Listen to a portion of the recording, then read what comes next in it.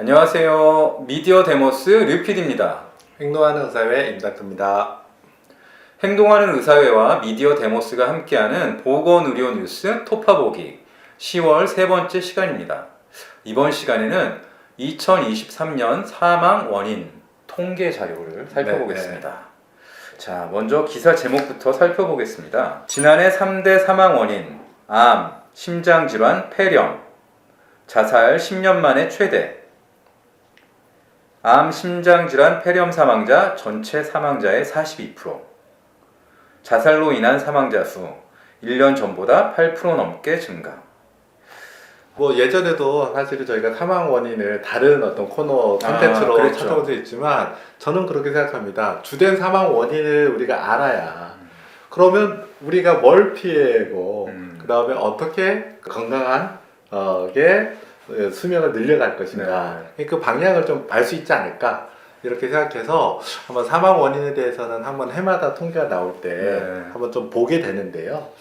그런 의미로 우리 시청자분도 한번 같이 작년의 경우는 어땠는지 좀 살펴보면 좋겠다 이렇게 생각이 들어서 이 기사를 선정했습니다. 이제 사실 사망 원인 순위라는 게 큰 변동은 없을 수 있지만 그래도 이렇게 살펴보다 보면 나는 뭘 좀 조심하는 게 좋겠다. 그리고 최근에 어떤 추이 같은 것도 좀 볼 수 있잖아요. 그런 거를 좀 한번 살펴보는 거죠, 같이. 그러면 이번 자료를 보면서 임닥터가 이제 기사뿐만이 아니라 이제 원래 보도 자료까지 꼼꼼히 챙겨서 이제 준비를 한 걸로 알고 있어요. 보면서 특별히 좀 그래서 강조하고 싶거나 주의 깊게 본 게 있는지 그거 먼저 한번 좀 얘기해 주시죠. 그래서 간단하게 그래도 주요한 내용들을 한번 같이 살펴보면 좋을 것 같습니다. 첫 번째 표는 연령별 주요 사망 원인을 쭉 하나표로 만든 거거든요. 저희가 또 몇 년 전에 그거 한번 자세하게 다룬 적이 있었죠. 그래서 이 표를 보시면 위에는 이제 연령대가 나오고 그 다음 5대 사망 원인 이렇게 나와요. 근데 이거는 뭐 예전에도 다뤘지만 그러니까 한 번 좀 보면 의미심장한 게 10대에서 40대, 40살까지. 그러니까 사실은 이때는 병으로 인해서 이제 사망하는 경우가 이제 많지는 않을 거 아니에요. 그렇죠. 그런데 이제 1위 사망률이 이제 자살입니다. 그러니까 우리 사회에서 이 청년층의 자살 문제가 얼마나 심각한 건지 저도 한번 다시 되돌아보게 되고 좀 이거는 우리가 빨리 좀 해결할 수 있는 방향을 찾았으면 좋겠다. 특징적으로 보면 이렇게 좀 생각이 들고요. 그리고 당연히 이제 10대에서 이제 39세까지 보면은 이제 병보다는 이제 사고가 이제 사망 원인이 많이 되고 있다는 걸 알 수 있을 것 같고요. 근데 이제 우리가 이제 병으로 이제 사망을 보면 이제 40대부터 이제 80대 이제 이 구간을 보게 되잖아요. 그렇죠. 그래서 우리나라에서는 압도적으로 하여튼 제1의 사망 원인은 악성 신생물 암이다. 그리고 이 비중은 나이가 들면 들수록 이제 늘어나는 거고요. 근데 의외로 지금 40, 50대에도 두 번째 원인이 자살이에요. 참 이거는 우리 사회의 어두운 단면이지 않은가 생각이 좀 들고요. 참 그렇습니다. 근데 이제 60대로 가면은 이제 순서는 좀 다르지만 심장질환, 뇌혈관 질환, 그다음 폐렴 이런 것이 이제 주되게 5대 사망 원인으로 이렇게 들어간다. 이런 식으로 알 수 있겠고요. 그럼 역으로 말하면 오래 살려면 뭘 조심해야겠어요? 암 예방해야 하고요. 그 다음에 심장질환, 뇌혈관 질환 조심해야 되는 거죠. 그리고 이제 폐렴 조심해야 되고 이렇게 지금 나오는 거죠. 그리고 심장질환과 뇌혈관 질환은 사실은 혈관 문제잖아요.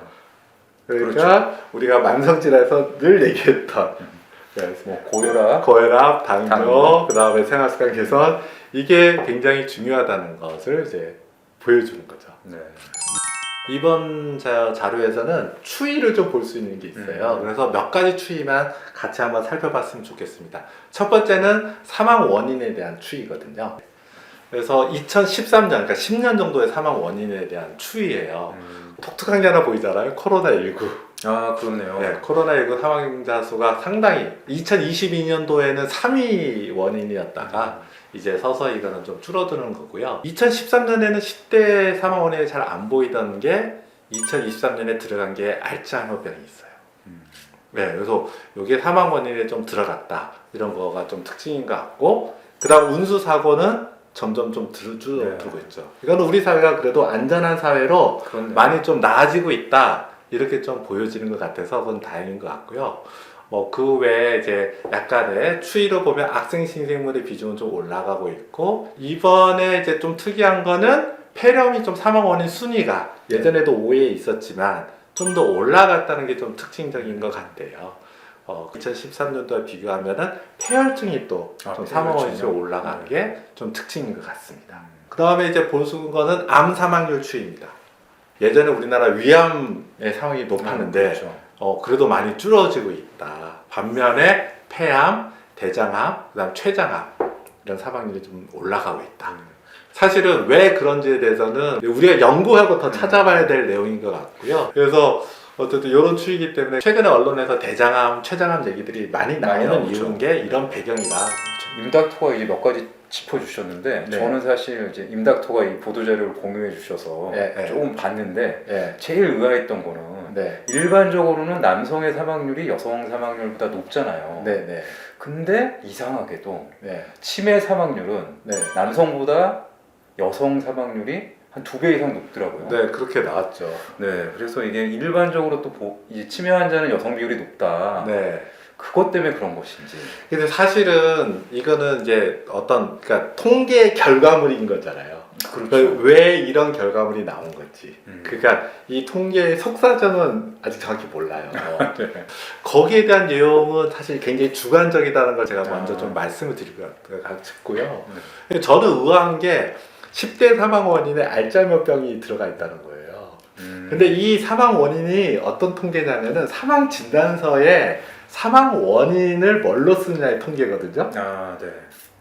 그러니까 환자가 사망하게 되면은 그 담당 의사가 이번에 사망 원인이 뭐냐고 쓰게 돼 있어요. 그럼 그분이 가지고 있는 병을 쓰게 돼 있잖아요.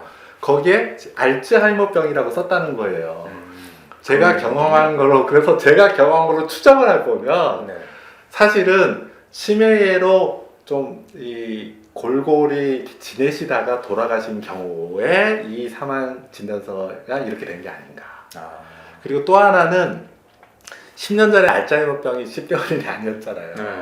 저는 이런 사망 진단서의 많은 경우는 요양병원에서 발급한 게 아닐까라는 조금 추정을 해요.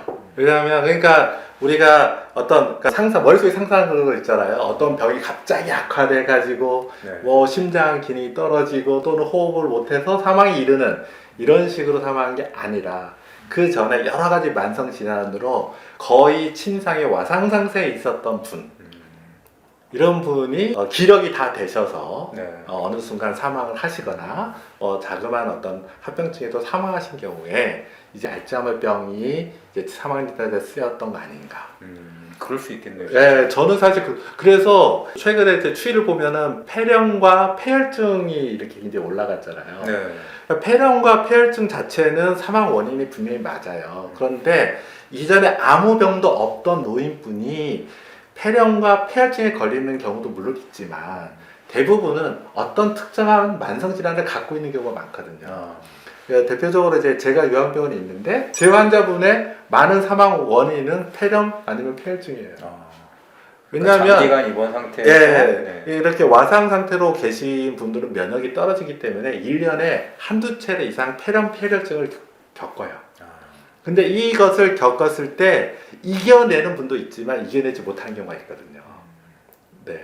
그리고 이제 좀 이게 참 이런 얘기가 그렇지만 요양병원에서는 검사라는 게 이제 좀 제한되거든요. 그러면 이제 어떤 몸에 폐렴과 폐혈증이 상태가 있을 때에 그럼 원래 이제 조합병원에서는 그 깊은 원인들을 또 찾아서 진단이 이루어지잖아요. 근데 요양병원은 그렇지 못하고 사실은 요양병원에서는 큰 중증 감염의 경우에는 폐렴, 폐혈증 이런 식으로 진단을 하게 될 현재 시스템이에요.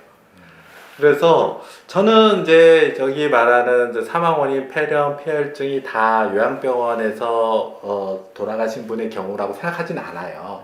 왜냐하면 그 이제 종합병원, 대학병원에서도 그렇게 돌아가신 분들이 많기 때문에. 하지만 이게 갑자기 2013년과 지금 비교했을 때 이렇게 늘어나잖아요. 과연 뭐가 달라졌을까? 혹시 제가 모르는 어떤 게 있을 수 있습니다. 그런데 이제 제 현재 이제 임상 경험으로 봤을 때는 저런 원인 중에 하나가 우리 사회가 2012년도, 13년 이때부터 요양병원이 생겨서 이제는 만성제 질환자의 많은 그러니까 치료가 의학적 처치가 필요한 많은 분들이 요양병원에서 지내시다가 돌아가신 거 늘어났거든요.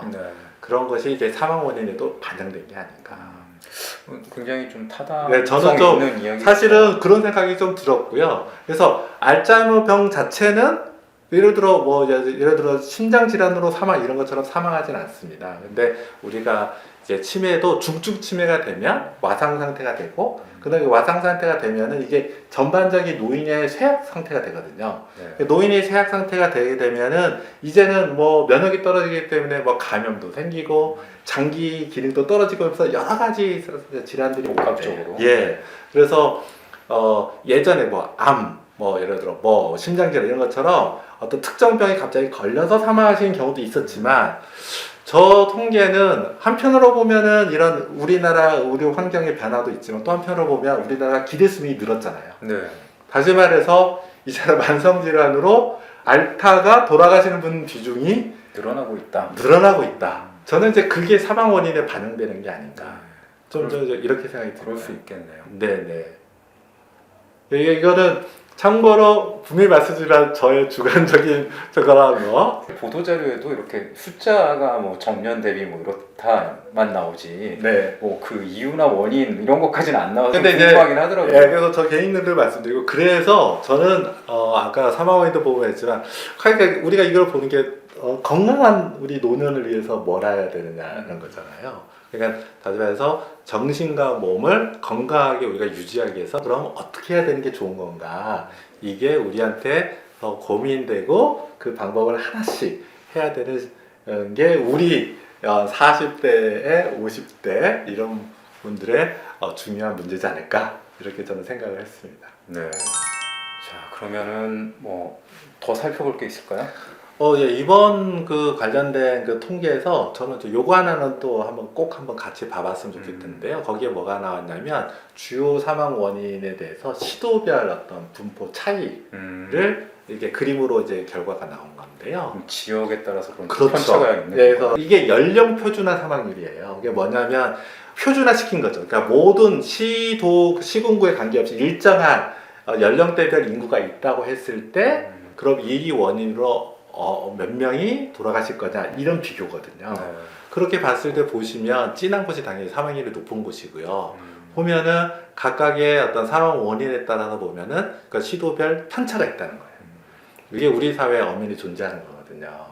그래서 이런 편차를 줄이기 위한 노력이 좀 필요하다는 좀 생각이 저는 들고 있고, 그래서 우리가 사는 지역에 그러면 높은 그 질환 그 사망 원인이 있다면 그 지역에서 그걸 그럼 어떻게 해결해야 되는 게 좋은 건가, 여기에 대해서 각 지역에서도 생각을 해야 될 문제다, 이렇게 생각이 들어서 이 표를 그래도 좀 소개를 하려고 합니다.